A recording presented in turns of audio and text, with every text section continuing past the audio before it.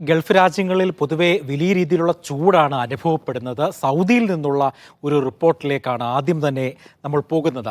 സൗദിയിലെ കൊടും ചൂടിനെ നേരിടാൻ തയ്യാറാക്കിയ ശീതീകരണ സംവിധാനങ്ങൾ പരാജയപ്പെടുന്നു. സൗദി മാധ്യമങ്ങളാണ് ഇക്കാര്യം റിപ്പോർട്ട് ചെയ്തത്. 45-ന് മുകളിലാണ് റിയാദിലെ താപനില. 45-ന് മുകളിലാണ് റിയാദിലെ താപനില.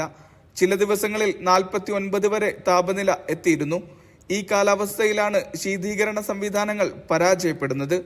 നിലവിലെ എയർ കണ്ടീഷണറുകളിൽ തണുപ്പിനായി ഉപയോഗിക്കുന്നത് ഫ്രിയോൺ എന്ന സംവിധാനമാണ്. കടുത്ത വേനൽക്കാലത്തെ അതിജീവിക്കാൻ കെൽപ്പില്ലാത്ത ഫ്രിയോണുകളാണ് നിലവിൽ വിപണിയിൽ ലഭ്യമാകുന്നത്. മുൻകാലങ്ങളിൽ ഇന്ത്യയിൽ നിർമ്മിച്ച ഫ്രിയോണുകളാണ് ഉപയോഗിച്ചിരുന്നത്. ഇവ കടുത്ത ചൂടിലും ആവശ്യമായ തണുപ്പ് നൽകുന്നവയായിരുന്നു.